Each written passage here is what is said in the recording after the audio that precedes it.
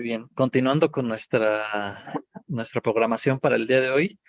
Ya, muchas gracias, doctora Paola. Pues, disculpe por hacernos esperar un ratito. Contamos el día de hoy con la doctora Paola García Dávila, quien es médico general, egresada de la Facultad de Medicina de la Universidad Nacional Autónoma de México. Es docente en el Departamento de Microbiología y Parasitología de la misma facultad desde hace 11 años. Cuenta con la maestría en educación basada en competencias y actualmente también es educadora médica en el área de cardiometabólico renal en el laboratorio AstraZeneca. Y tenemos el gusto que va a estar con nosotros el día de hoy, platicándonos sobre insuficiencia cardíaca y dapaglifosina. Muchísimas gracias, doctor Hernández. Es un gusto para mí poder compartir este espacio con ustedes, sobre todo en este tema que es algo sumamente importante cuando nos llega y inmediatamente pensamos que hay que referirlo al siguiente nivel de atención, ¿no? Entonces, voy a compartirles mi pantalla y ustedes, por favor, Adelante. me avisan si ya se puede ver adecuadamente. Sí. ¿Sí? Perfecto. Nada más lo pongo en modo presentación. Denme un segundito. Ok, listo. Entonces, bueno, vamos a ver este tema que se llama insuficiencia cardíaca en el primer nivel de atención. Como bien me presentó el doctor Hernández, yo soy la doctora Paola García Dávila y aquí les dejo tal cual mi correo y mi teléfono celular para lo que necesiten. Si tienen cualquier duda respecto a cómo utilizar esta molécula, si quieren que les comparta alguno de los estudios clínicos que tenemos respecto a ella y todos los beneficios que nos brinda para la protección cardiorrenal, por favor, con todo gusto me pueden contactar y yo a la brevedad posible les compartiré la información que me solicitan. Entonces, ¿qué debemos saber respecto a la enfermedad metabólica y el continuo cardiorrenal? Sabemos que las complicaciones a nivel cardiovascular inician mucho tiempo antes de que nosotros realicemos el diagnóstico de diabetes mellitus. Entonces, como pueden observar en esta diapositiva tal cual, vemos cómo desde alrededor de 15 años previos de que nosotros diagnostiquemos tal cual la enfermedad de diabetes mellitus, nuestros pacientes van a estar presentando factores de riesgo para la enfermedad cardiovascular. También sabemos que alrededor de 10 años previos tenemos el desarrollo de enfermedad aterosclerótica en nuestros pacientes. Y otro órgano que estamos dejando de lado porque no tenemos un registro nacional de enfermedad renal es al riñoncito, ¿sí? Y sabemos que 5 años previos, o desde 5 años previos de que nosotros establezcamos el diagnóstico de diabetes mellitus, nuestros pacientes ya están presentando microalbuminuria, lo cual debemos de estar monitorizando, sospechándolo, sobre todo cuando estamos haciendo el diagnóstico, y debemos de empezar a tamizar ese riñón. Ahí de las cosas que sea tan importante y relevante. Y entonces, como les comentaba, ahora sabemos, ¿sí?, que hay estos dos órganos que son fundamentales en nuestro cuerpo, como son el riñón y el corazón, van de la mano. Y entonces tenemos que estar monitorizando el continuo cardiovascular renal. Y entonces, ¿qué pasa? Tenemos todo esto, que es la historia natural de la enfermedad, tal cual tenemos aquí cuando ya se presenta la enfermedad clínica y antes de ello tenemos todos los daños orgánicos subclínicos, ¿sí? Tenemos de primera instancia todos los factores de riesgo cardiovascular que pueden presentar nuestros pacientes, ya sea que fumen, que tengan dislipidemia, hipertensión, sobrepeso u obesidad y diabetes mellitus tipo 2. Si hablamos de la parte del corazón, sabemos que en el daño orgánico subclínico, nuestros pacientes, como les demostraba en la diapositiva anterior, van a presentar aterosclerosis e hipertrofia del ventrículo izquierdo, lo cual puede derivar a un infarto agudo miocardio, ¿sí?, presentándose tal cual la enfermedad clínica, y esto puede progresar hacia otras entidades, como puede ser tal cual la dilatación ventricular, la insuficiencia cardíaca y que lleguemos hacia la muerte del paciente. Tengo un desenlace fatal. Por otro lado, nuestros pacientes, antes de que nosotros establezcamos el diagnóstico, como les comentaba, tenemos el antecedente de que ellos ya presentan microalbuminuria, lo cual puede evolucionar a una macrobulminuria y esto derivar a una insuficiencia cardíaca crónica, a una insuficiencia renal crónica terminal, y esto tenga un desenlace fatal en nuestros pacientes. Por eso tenemos que estar incidiendo constantemente en monitorizar estos órganos.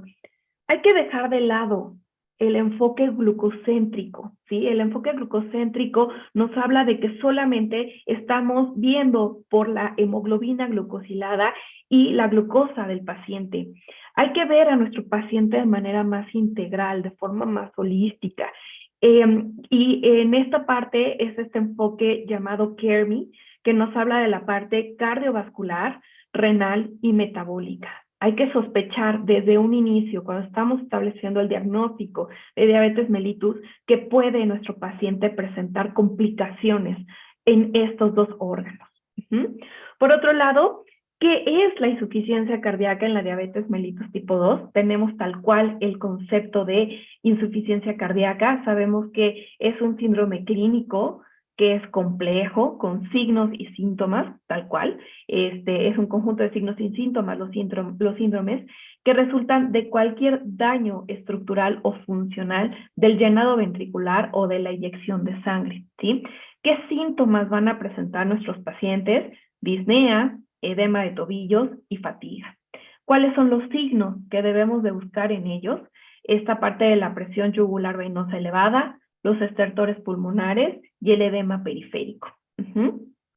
Ahora, existen dos categorías de insuficiencia cardíaca. Tenemos la insuficiencia cardíaca con fracción de eyección reducida y también tenemos la insuficiencia cardíaca con fracción de eyección preservada, ¿sí? La insuficiencia cardíaca con fracción de eyección reducida es cuando tienen menos de 40%, se encuentra asociada principalmente a una pérdida de la función sistólica del corazón. La principal causa de esta enfermedad o de este tipo de insuficiencia cardíaca es la enfermedad arterial coronaria y se encuentra asociado a N factores de riesgo, como pueden ser esta parte de la enfermedad arterial coronaria, la hipertensión, la diabetes, la edad avanzada, que fumen nuestros pacientes o que tengan dislipidemia. Por otro lado, en nuestros pacientes que tienen insuficiencia cardíaca con fracción de eyección preservada, que esto es mayor del 50%, se encuentra atribuido a condiciones proinflamatorias coexistentes en nuestros pacientes y está asociado a la obesidad, a la diabetes, al síndrome metabólico, a enfermedad pulmonar, al tabaquismo y a la deficiencia de hierro. Entonces, como nosotros sabemos, el hecho de que nuestros pacientes tengan diabetes mellitus, se puede también asociar, por ejemplo, a obesidad y a un estado de inflamación crónico, ¿sí? Y entonces esto va a derivar una serie de cascadas a nivel molecular donde van a verse la intervención de diferentes moléculas, como son el factor de necrosis tumoral, la interleucina 6, que todo el mundo sabemos que son proinflamatorias, y entonces todo esto va a derivar en un estado de constante inflamación en el paciente, el cual debemos controlar y sospechar, ¿sí? Entonces, por otro lado, es importante que nosotros estadifiquemos a nuestro paciente y para eso tenemos que echar mano de esta clasificación de la insuficiencia cardíaca en la clase funcional de la NIJA. Y entonces aquí tenemos que de primera instancia puede ser que no tenga ninguna manifestación. En el primer nivel es asintomático, ¿sí? Después en el NIJA funcional 2 tenemos sintomático con esfuerzo moderado, en el 3 es sintomático con esfuerzo mínimo y el 4 es sintomático en reposo. ¿Sí? Entonces, nosotros, por ejemplo, cuando estamos detectando la enfermedad, o bueno, un paciente que vive con diabetes mellitus, ahora se dice así, pacientes que viven con diabetes mellitus, y le estamos dando consulta de seguimiento, de repente si llega nuestro paciente y nos dice, oiga doctora, me está pasando algo chistoso, ¿no? Normalmente nos dicen así, yo normalmente en mi casa subía 3, 4 escalones, no me pasaba nada, pero ahora que subo me está faltando el aire, me siento muy cansado y aparte de eso me estoy hinchando de los pies y no es el calor, ¿no? Porque todo siempre se lo atribuyen al calor. Entonces, ahí es cuando empezamos a sospechar que nuestro paciente puede estar teniendo ya tal cual insuficiencia cardíaca y a lo mejor no es que no la tuviera previamente, a lo mejor previamente estaba sintomático, pero ahora ya está sintomático y tenemos que valorar en qué parte está. Hay que estarlo estudiando para que si en un momento dado tenemos que referirlo al siguiente nivel, pueda ir con todos los estudios en mano y no retrasar el tratamiento del paciente. Aquí les muestro cómo es que se ve el corazón con los diferentes tipos de insuficiencia cardíaca. Como pueden ver, aquí tenemos a corazón normal, aquí tenemos a un corazón con una fracción de eyección o una insuficiencia cardíaca con una fracción de eyección preservada. Y aquí tenemos a un corazón con una insuficiencia cardíaca con una fracción de eyección reducida. Como pueden observar en las imágenes, cuando nosotros, por ejemplo, hacemos una radiografía de tórax y estamos viendo la silueta cardíaca, vamos a ver que a lo mejor es muy parecido este corazón que tiene insuficiencia cardíaca con fracción de eyección preservada, muy parecido al corazón normal, ¿sí? Pero eso no quiere decir que ese corazón no esté disfuncionando. Entonces vamos a tener que echar mano de otras herramientas para poder tener el mayor número de datos posibles para poder darle un control adecuado. Entonces, fíjense, el corazón con fracción de eyección, con una insuficiencia cardíaca con fracción eyección reducida, preservada, perdón, tenemos que es un corazón hipertrofiado, tiene una insuficiencia cardíaca de tipo diastólico, pero como pueden ver, la pared del ventrículo izquierdo está mucho más gordita, como que está más ancha, ¿sí? Y esto se debe porque al proceso fisiopatológico, al remodelado ventricular, es un remodelado ventricular de tipo concéntrico, ¿sí? A diferencia del corazón con una insuficiencia cardíaca con fracción de eyección reducida. Mucho de la barriga. ¿Podemos apagar, por favor, los micrófonos? Gracias. Con una fracción de eyección reducida, tenemos que es un corazón dilatado con una insuficiencia cardíaca de tipo sistólico, y aquí vemos que el remodelado del corazón es de tipo excéntrico. Vean, comparen cómo está esta pared ventricular a reserva de esta, ¿no? Vean, es mucho más delgadita que esta. Ok, y entonces esta diapositiva tiene la intención de mostrarles cuáles son las principales causas de función según el sexo. Esta fue un comunicado de prensa del 2022. Y como pueden observar, dentro de las primeras causas de muerte que tenemos en nuestros pacientes son las enfermedades del corazón, tanto en hombre como en, bueno, aquí en hombre fue aquí COVID, bueno, fue una situación completamente increíble, pero en siguiente lugar tenemos el corazón, ¿sí? Y todo tenemos aquí a la diabetes mellitus.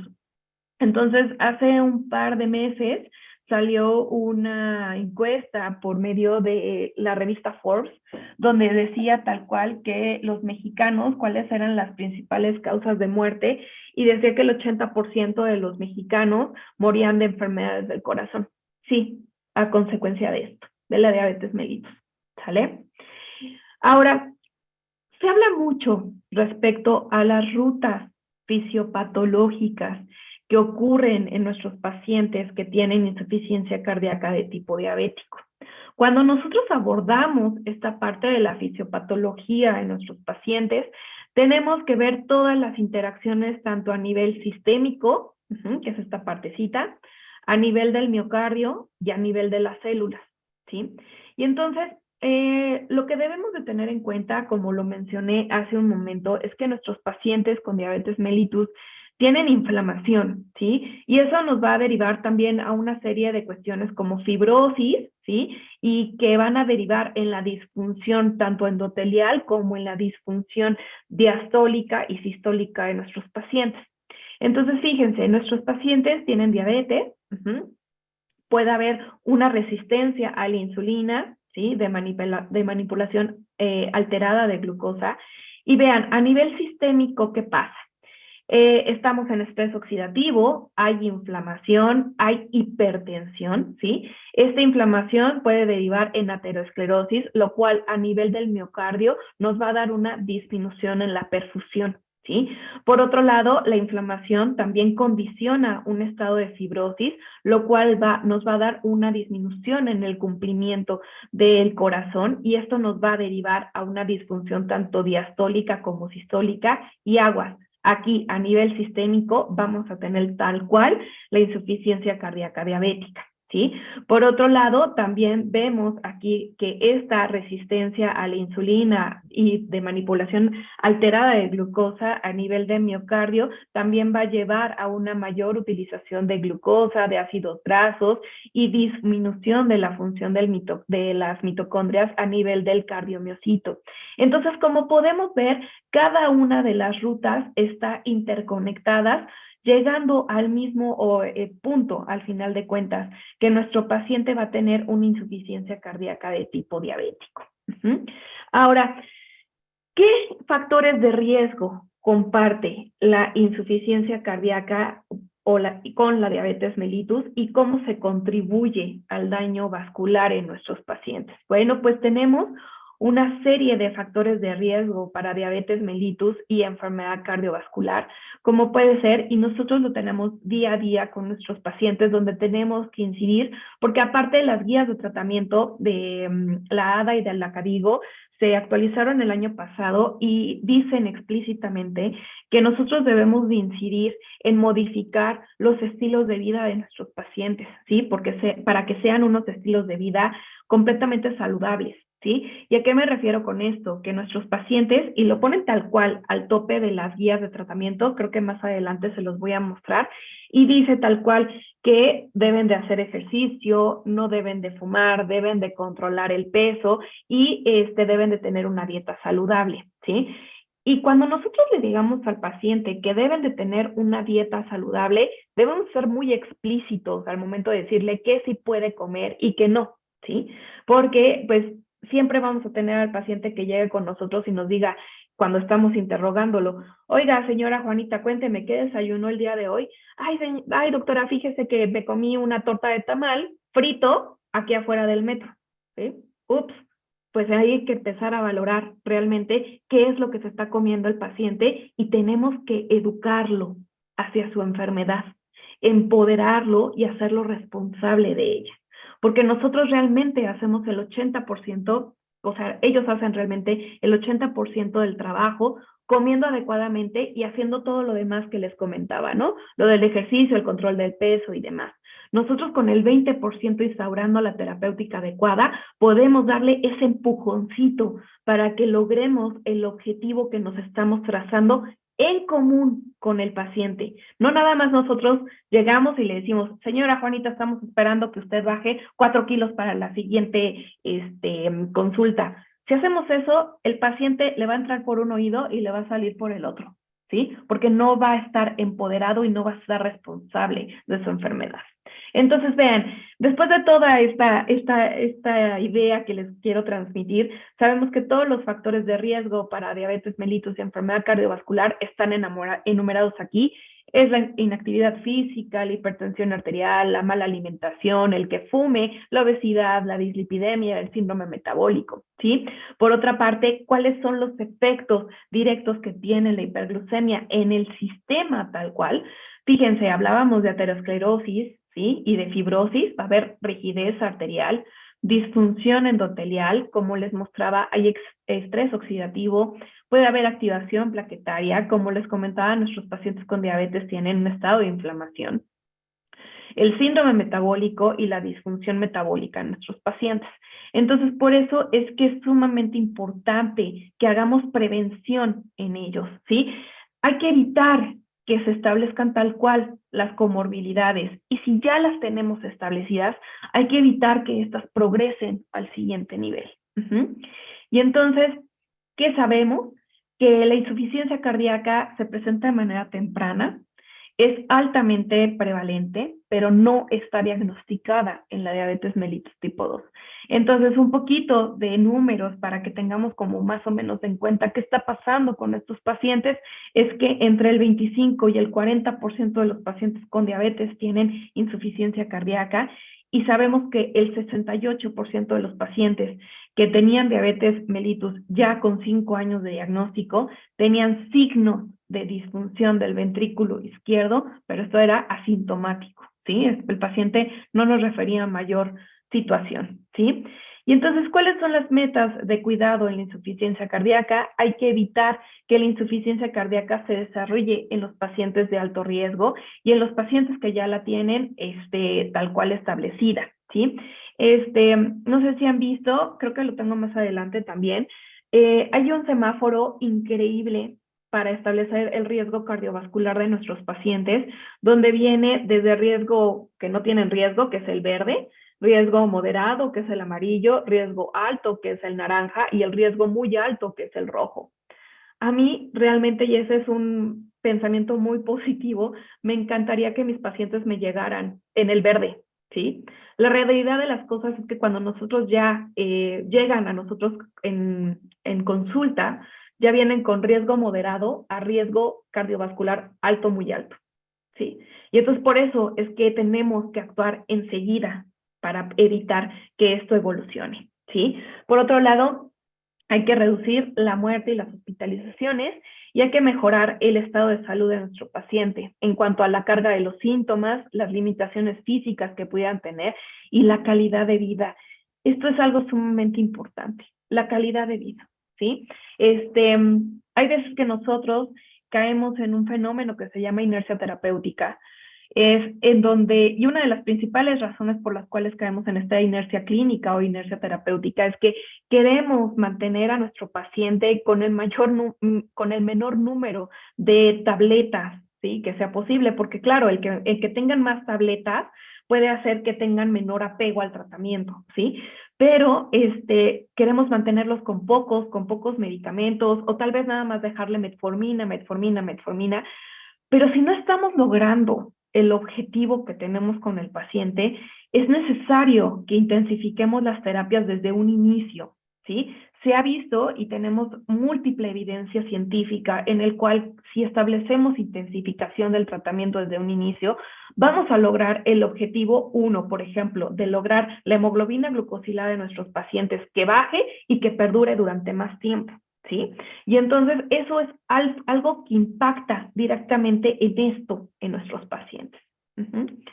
Por otro lado, hay que tener estos factores en cuenta que reducen el riesgo de desarrollar insuficiencia cardíaca, como puede ser esto que les comentaba, el que controlemos la glucosa sérica, el peso, el ejercicio, y que incidamos constantemente en la alimentación. Recientemente tuve un viaje a Tabasco, estaba en la unidad de medicina familiar 46 allá, y una de las doctoras a quien les di esta plática me dijo, es que doctora, estaría padrísimo que pudiera venir a esta plática también la nutrióloga, ¿sí? Porque hay veces que yo como médico establezco un régimen alimenticio y digo, a ver señora, de primera instancia usted no puede comer, no sé, zanahoria, papa, etc., ¿no? Pero llegan con la nutrióloga y no se compagina este abordaje integral que debemos tener. Entonces, hay que incidir en ambas situaciones. Por otro lado, la presión arterial hay que controlarla, que sea menos de 130/80 en pacientes con riesgo cardiovascular mayor del 10%. Y como les comentaba, ya tenemos mucha evidencia científica respecto al poder utilizar a los ISGLT2 en los pacientes con diabetes mellitus y riesgo cardiovascular sin insuficiencia cardíaca, porque esto nos ha demostrado que mejora la sobrevida y ha disminuido el riesgo de hospitalizaciones por insuficiencia cardíaca. Entonces, en la diapositiva posterior que vamos a ver en un momento, vamos a ver tal cual como en las guías de manejo, ya viene instaurado como de primera línea el utilizar estas nuevas terapéuticas para beneficio de nuestros pacientes. Por otro lado, es importante, por eso les comentaba, estudiar a nuestro paciente, ¿sí? Hacer un monitoreo de los pacientes con riesgo, ¿sí? Y lo hacemos mediante el péptido natriurético y el manejo integral. Hay que ver los resultados tal cual y el tratamiento de los pacientes con cifras elevadas, y esto nos ayuda a reducir tal cual la disfunción cardíaca en nuestros pacientes. Entonces aquí vemos las guías de manejo. Aquí les muestro un algoritmo que nos muestra tal cual el Colegio Americano de Cardiología. Y entonces, vean, tenemos una serie de pasos del 1 al 6 para poder intervenir a nuestro paciente que estamos viendo que está desarrollando insuficiencia cardíaca o que tiene insuficiencia cardíaca tal cual. ¿Sí? Y entonces vean, los medicamentos del paso 1, ¿sí? Tal cual como tenemos aquí, los ARNI, cuando tengan una MIJA entre 2 y 3, ¿sí? Podemos utilizar inhibidores de la enzima convertidora de angiotensina, beta bloqueadores, antagonistas del receptor de mineralocorticoide, tenemos los ISGLT2, y si tenemos que utilizar diuréticos, podemos utilizarlo, ¿sale? Entonces podemos utilizar simultáneamente en dosis iniciales bajas, y esto está recomendado por ellos, ¿sí? Por otro lado, en el paso 2 nos dice tal cual que podemos titular las dosis bien toleradas. Hay que hacer laboratorios, hay que ver tal cual la fracción de eyección de nuestros pacientes y estadificarlos en esto de que, o clasificarlos tal cual en si son insuficiencia cardíaca con fracción de eyección reducida o fracción de eyección preservada. Por otro lado, debemos de considerar estos escenarios, ¿sí? En nuestros pacientes, como que pudieran ser pacientes afroamericanos, y ver tal cual las clases funcionales, cómo se están comportando. También podemos implementar tratamientos adicionales de acuerdo al manejo de las guías, de acuerdo a las guías de manejo, y podemos instaurar estas terapias implantables, de dispositivos implantables, que nos pueden ayudar muchísimo, ¿sí?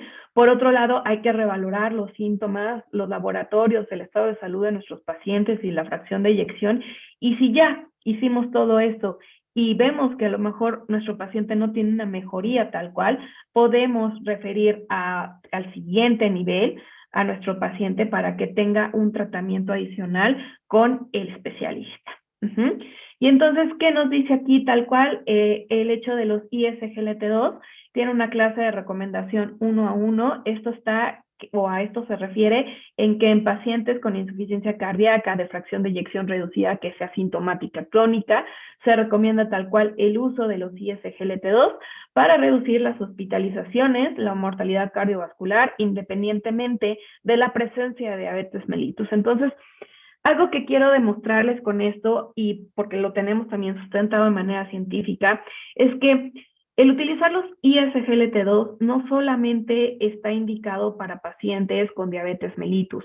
Ahora tal cual tenemos la indicación para insuficiencia cardíaca con fracción de eyección reducida y para enfermedad renal crónica.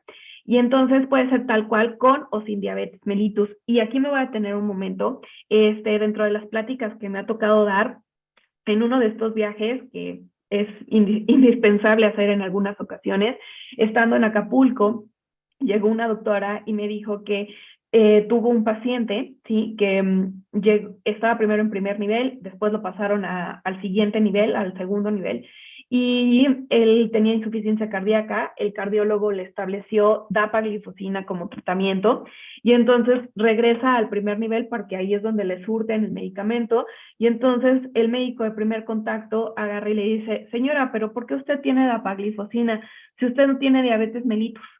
Si usted nada más tiene insuficiencia cardíaca. Y entonces le quitó el medicamento, ¿sí? Entonces tenemos que estarnos actualizando constantemente y saber qué nuevas terapias pueden sernos de utilidad para poder tratar este tipo de comorbilidades. Ahora, tenemos este escudo increíble que le llamamos el escudo de los 4 fantásticos para poder hacer el abordaje de los pacientes con insuficiencia cardíaca. Tenemos que podemos utilizar tal cual a los ARNI, que son los inhibidores del receptor de neprisilina, los beta bloqueadores, los antagonistas del receptor de mineralocorticoide y a los ISGLT2. ¿Cómo podemos hacer el abordaje de nuestros pacientes? Bueno, pues tenemos una manera secuencial o una secuencia rápida, ¿sí? Ambos tienen sus pros y sus contras, pero vean, si hacemos una secuencia convencional donde podemos utilizar todos estos medicamentos, como son los IECAS, beta, los ARA2, los mineralocorticoides, el ARNI o los ISGLT2, el hecho de titularlos nos va a tomar 6 meses o más, ¿sí? Para que podamos estabilizar al paciente. Ahora, por otro lado, si hacemos una secuencia rápida, porque evidentemente nuestro paciente lo va a meritar, podemos utilizar en el paso 1 la combinación de beta bloqueador más un ISGLT2, y de ahí podemos, tal cual, podemos utilizar o el ARNI o el antagonista del receptor de mineralocorticoide, ¿sí? Cualquiera de los dos. Y estos 3 pasos se logran en 4 semanas y ya después vemos cómo hacemos la titulación, ¿sale? Pero entonces tenemos que tener en cuenta todos los medicamentos que tenemos en el mercado que nos pueden ser de utilidad para poder controlar al paciente que tenga insuficiencia cardíaca. Y entonces aquí les muestro cómo es la evidencia científica de utilizar a los ISGLT2 para los efectos cardiovasculares que estamos buscando controlar a nuestros pacientes. Y entonces tenemos que controlar el compuesto MACE, que es muerte cardiovascular, evento cerebrovascular o infarto agudo de miocardio, hospitalizaciones por insuficiencia cardíaca y muerte cardiovascular y hospitalizaciones por insuficiencia cardíaca se ven completamente favorecidos por la utilización de estas nuevas terapéuticas, ¿sí? Y entonces, ¿qué sabemos? ¿Cómo se logra? ¿Qué efectos o qué beneficios nos brindan el utilizar estas nuevas terapéuticas? Bueno, pues hay N mecanismos establecidos que contribuyen de manera benéfica en nuestros pacientes con insuficiencia cardíaca, ya que nuestros pacientes tienen natriuresis y diuresis, ¿sí? Porque ese es el mecanismo de acción de los ISGLT2. Van a sacar de forma urinaria el exceso de glucosa que tengan los pacientes. La glucosa siempre jala sodio y entonces van a tener natriuresis. Entonces tenemos glucosuria y natriuresis en nuestros pacientes. Y entonces, vean, hay reducción del edema intersticial, nos ayuda a la reducción de la precarga y la poscarga y reducción del estrés de la pared ventricular izquierda del paciente. Hay mejoría de la función renal y de la fisiología cardiorrenal. Hay inhibición del intercambiador cardíaco del sodio hidrógeno. Y esto es algo bellísimo. Mejora la bioenergética cardíaca, ¿sí? ¿Por qué? Porque disminuye los marcadores de inflamación que les comentaba que tienen tal cual muy elevados los pacientes con diabetes mellitus, y también disminuye los marcadores de fibrosis que tienen ellos. Por otro lado, esta es una diapositiva muy parecida a la anterior, pero vean, esto, ¿en qué otras cosas puede incidir el utilizar estas terapias ISGLT2? Pues nos ayuda a la disminución de la presión arterial. ¿Cómo lo hace? Nos ayuda a disminuir alrededor de 3 milímetros de mercurio en la presión arterial sistólica del paciente. Por otro lado, también tiene beneficios a nivel de la pérdida de peso y eso nos ayuda a reducir de 3 a 5 kilos en nuestros pacientes a expensas de la grasa visceral que tengan ellos. También tiene reducción en la albuminuria de nuestros pacientes y eso ayuda a disminuir el deterioro que pueda tener en la función renal nuestros pacientes. También tiene efectos metabólicos en el miocardio, como les comenté, mejora la bioenergética del corazón. Pero otra cosa en la cual incide el utilizar esta terapéutica es que nos ayuda a reducir hasta un 1% de hemoglobina glucosilada en nuestros pacientes, ¿sí? Y entonces aquí les muestro este mosaico increíble que esquematiza tal cual cuáles son los efectos a nivel tanto renal, metabólico y cardiovascular que tienen los ISGLT2, ¿sí? Es el único ISGLT2, dapaglifosina, para controlar la enfermedad renal crónica en pacientes tanto con diabetes como sin diabetes, y también es el único ISGLT2 indicado en insuficiencia cardíaca en pacientes que tengan diabetes como en los que no tienen, ¿sale? Entonces, vean, hay reducción de la glucotoxicidad, tiene natriuresis, aumenta la producción de eritropoyetina, nos ayuda a la mejora y función de la estructura vascular, nos ayuda al aumento de las células madres regenerativas cardíacas, esta parte, ¿se acuerdan que les comentaba que había aterosclerosis, había fibrosis, había muchas cosas a nivel microvascular? ¿Cómo incidía la hiperglucemia en ellos? Mejora la función microvascular del corazón, ¿sale? Entonces, aquí tenemos estos dos escenarios, cómo incide a nivel hemodinámico y en el efecto metabólico los ISGLT2. Nos ayuda a la disminución de la presión arterial, como les comentaba, también ayuda a la disminución del volumen plasmático. El hecho de que nos dé glucosuria o uricosuria, menor resistencia a la insulina, nos ayuda a la pérdida de peso, porque esto es alrededor de que eliminan, o sea, con la glucosuria, alrededor de 300 kilocalorías nuestros pacientes, ¿sale? Entonces, estos son los efectos metabólicos que tienen y nos ayuda a la disminución de la insuficiencia cardíaca. Por otro lado, ¿cuáles son las rutas propuestas para esta mejora a nivel cardiovascular? Pues nos ayuda al remodelado ventricular, a la energética cardíaca, al ATP, ayuda a disminuir la disfunción diastólica de los pacientes, como habíamos visto en la diapositiva anterior, en la eritropoyetina y hematocrito, mejora la función renal y la natriuresis de nuestros pacientes. Y entonces les voy a mostrar la evidencia científica tal cual que tenemos respecto a por qué podemos utilizar los ISGLT2. Tenemos este estudio bellísimo, que fue un estudio muy grande, ¿sí? Que se hizo alrededor de 17,000 pacientes, fueron en un montón de países, ¿sí? Y entonces este es el estudio de ICLAIR.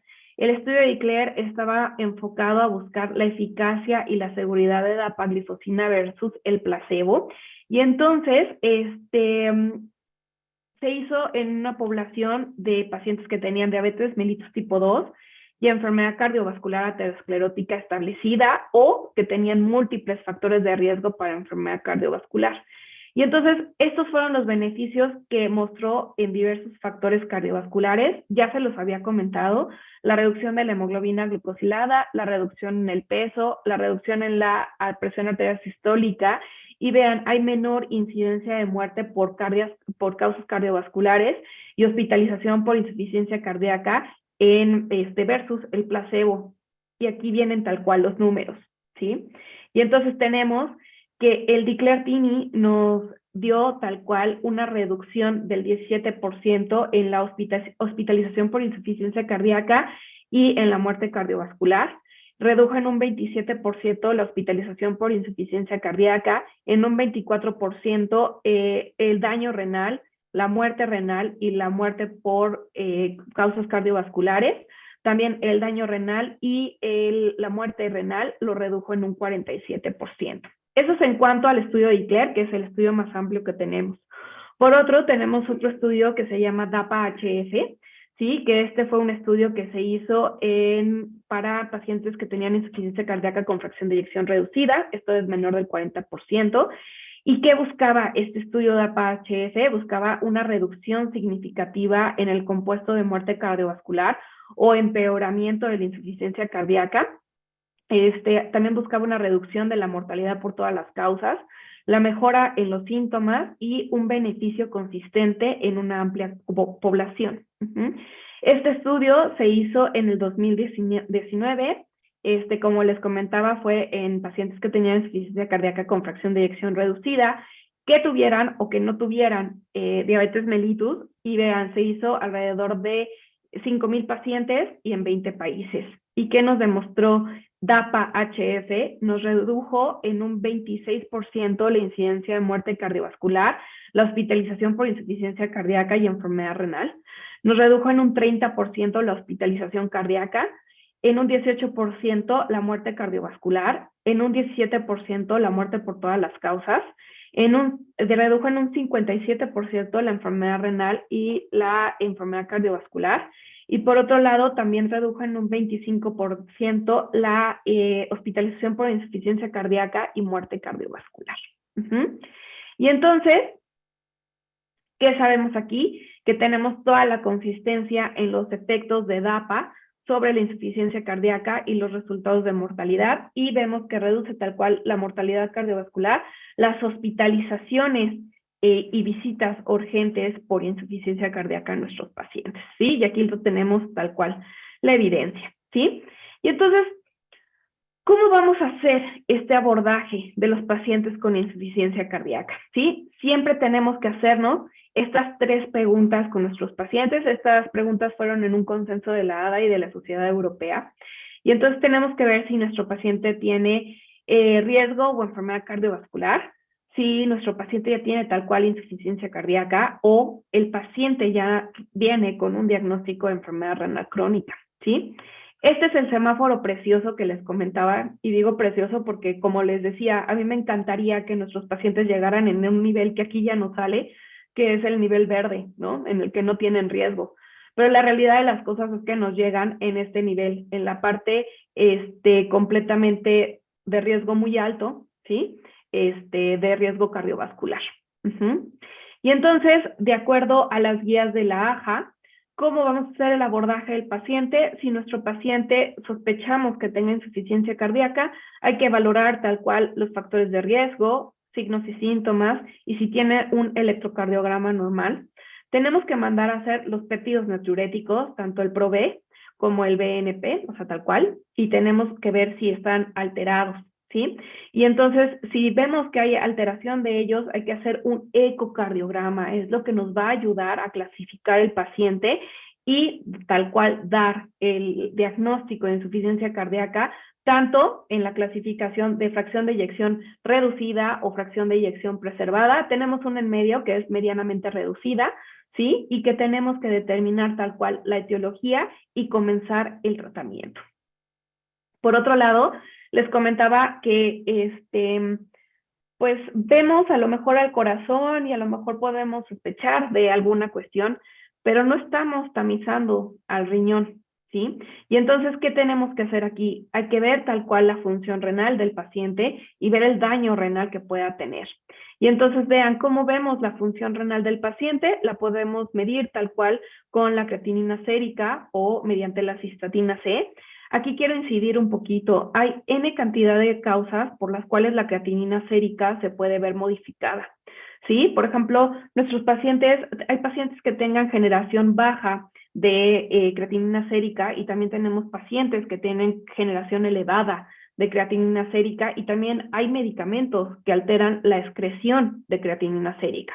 Y entonces, nada más por mencionarles algunos, tenemos pacientes con producción baja de creatinina sérica, los pacientes que tienen síndrome de fragilidad, los pacientes que tienen HIV o que están con un tratamiento antirretroviral, los pacientes que tienen neoplasias, los pacientes que tienen alguna amputación, los pacientes que están con las famosísimas dietas vegetarianas, tienen producción baja de creatinina sérica.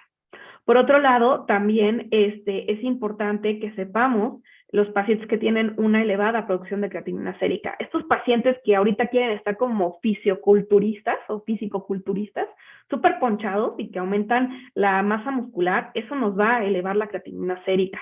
El hecho de que tengan dietas hiperproteicas o que estén tomando suplementos alimenticios con base a proteína, híjole, esos nos van a elevar la creatinina sérica.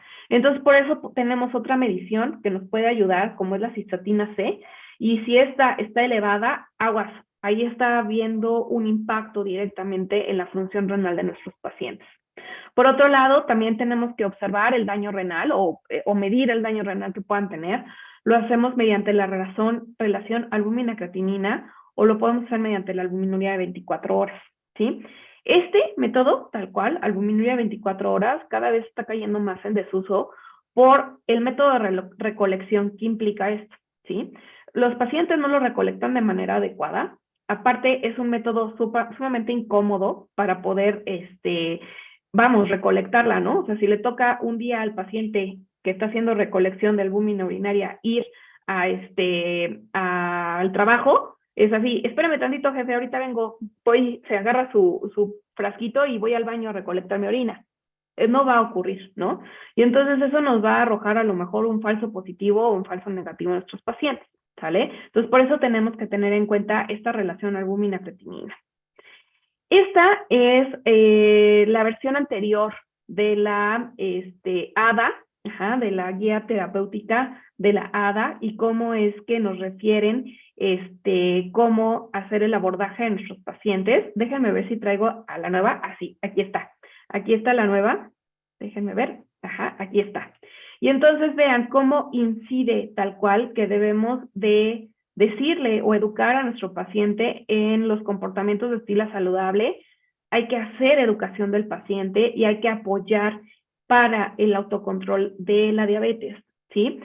¿Y a qué me refiero con esto? No solamente que lo hagamos directamente con el paciente, hay que incidir en la red de apoyo y en los familiares para que pueda hacer un trabajo en conjunto en pro del paciente. Entonces, a diferencia de la guía anterior, terapéutica anterior, pues ahora ya están al mismo nivel, tal cual, ver la meta de reducción del riesgo cardiovascular en pacientes con alto riesgo con diabetes mellitus y vean, mantener también, o la otra meta es el logro y mantenimiento del control de peso y la glucemia en ellos. Y como podemos ver, cuando nuestros pacientes tienen una enfermedad cardiovascular establecida, está tal cual indicado que podamos utilizar tanto los análogos GLP-1 y dependiendo de la tolerancia, podamos utilizar los ISGLT2 porque tienen un beneficio cardiovascular probado, como ya lo vimos anteriormente. Algo que debemos saber es que si utilizamos análogos GLP-1, porque a lo mejor estamos buscando la reducción de peso en nuestros pacientes, estos medicamentos son muy caros, ¿sí? Y entonces puede ser que nuestro paciente no pueda acceder a ellos. Por otro lado, si nosotros ya sabemos tal cual o sospechamos que nuestro paciente tiene insuficiencia cardíaca, vean cómo está en la primera línea el utilizar los ISGLT2 porque tenemos beneficios cardiovasculares que ya explicamos previamente. Y por otro lado, también podemos utilizar para enfermedad renal crónica, esto quiere decir con una tasa de filtrado glomerular menor de 60, los ISGLT2, ya que tienen evidencia tal cual de reducir la progresión de enfermedad renal crónica en nuestros pacientes. ¿Qué tenemos también? Las metas control del peso y la glucemia.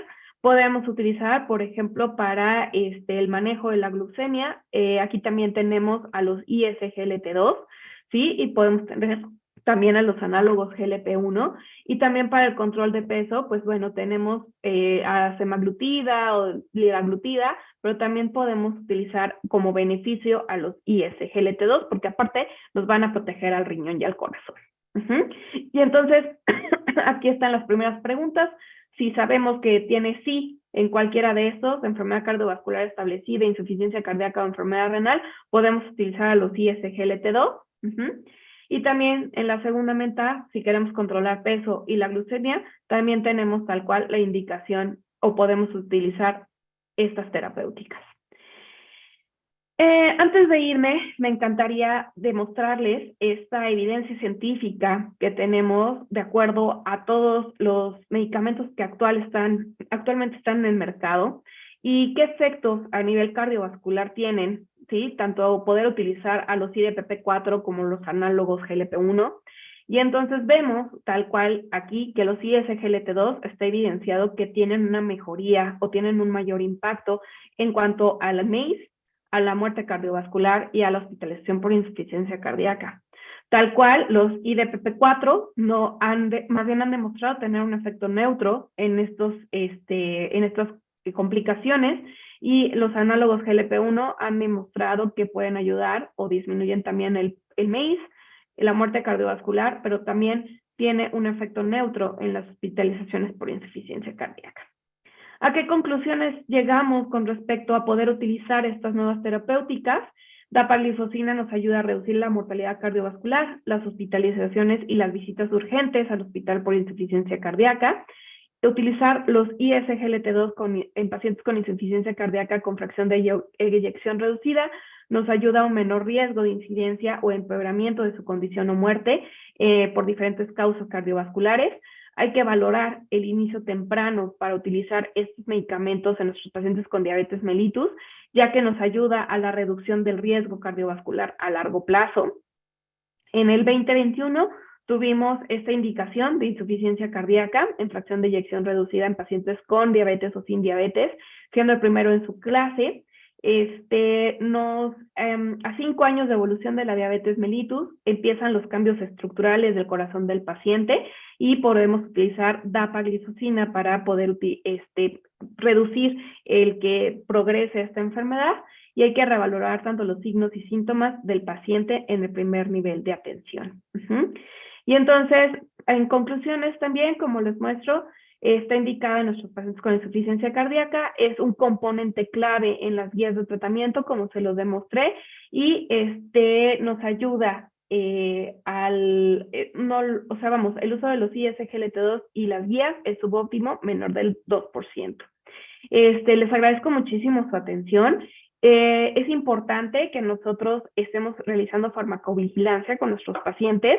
Reportar cualquier evento adverso nos ayuda a conocer más a las moléculas y saber y estar completamente al tanto de qué pudiera presentar nuestro paciente.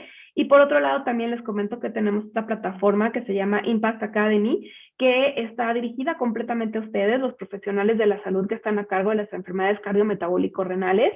Y vean, en esta plataforma, es una plataforma que también les puede servir de autoestudio, pero también en ella pueden tener acceso a estas presentaciones como la que les acabo de dar, sin costo, ¿sí? Y pueden tener también acceso a todos estos beneficios para que puedan también utilizarlo para sus pláticas o para alguna capacitación que ustedes tengan. Por favor, con todo gusto lo pueden utilizar. Les agradezco muchísimo su atención. No sé si hay algún comentario, alguna inquietud con respecto a esto. Muchísimas gracias, doctor Hernández. Gracias. Sí tenemos comentarios, ya están poniendo. Nos ponen, buena tarde, excelente ponencia. El uso de dapaglifosina está contraindicado de manera relativa en caso con pacientes con infección de vías urinarias y en consecuencia, al tratar y quitar la infección urinaria, ¿se puede reiniciar el uso de dapaglifosina? Muchísimas gracias por la pregunta, doctor. ¿Se acuerdan que les comentaba que tenemos este estudio DECLARE, que fue el estudio más grande que se hizo con respecto a DAPA versus el placebo? Entonces, este estudio DECLARE, como hay mucha intriga con respecto a la infección de vías urinarias, demostró que no había mayor incidencia de infección de vías urinarias en ellos, ¿sí? Respecto al placebo. Ahora, lo que sí hay, sí, y está notificado tal cual, es que aumente la incidencia a lo mejor de infecciones micóticas en nuestros pacientes, ¿sí? ¿Qué tenemos que saber aquí? Nuestros pacientes con diabetes mellitus son pacientes que están inmunodeprimidos, per se. Entonces, eso ya es una situación que debemos de notar. Ahora, hay un microorganismo que habita en nuestro cuerpo, que está de manera comensal, siempre, está con nosotros todo el tiempo, así se los digo a mis alumnos, y cuando bajan las defensas, inmediatamente se expresa este honguito que se llama Candida albicans, ¿sí? Y entonces, al momento en el que nosotros, el mecanismo de acción que les comentaba es que dapaglifosina saca el exceso de glucosa mediante la orina, ¿sí? Y eso va a jalar también sodio. Entonces, la glucosuria le va a estar dando alimento a este hongo, claro.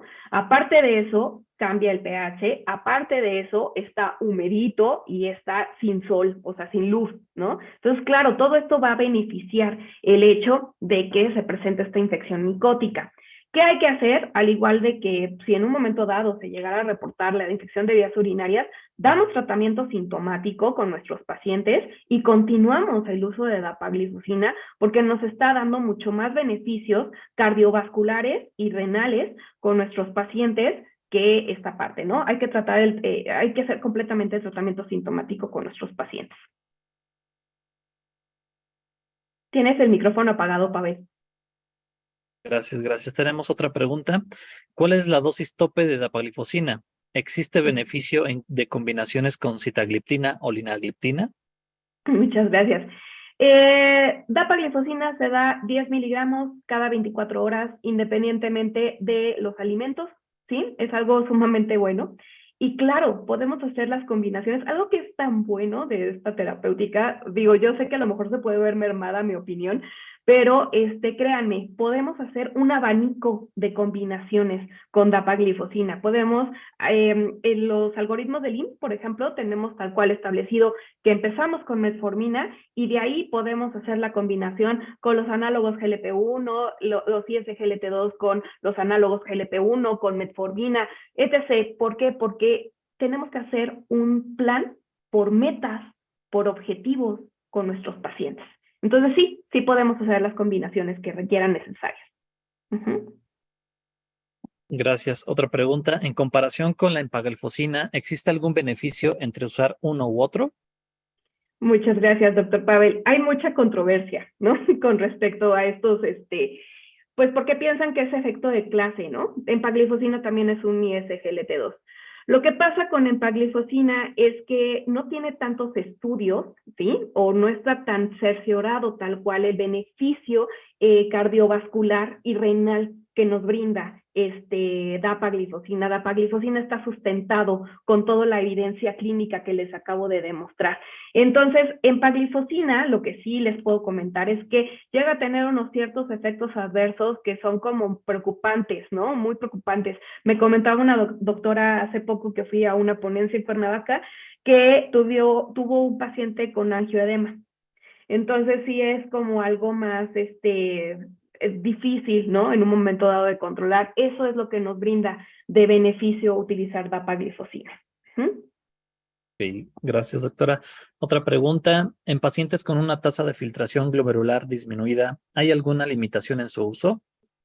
Podemos utilizar dapaglifosina hasta con una tasa de filtrado glomerular de 25, ¿sí? Y lo podemos llevar hasta la diálisis o hasta el trasplante renal.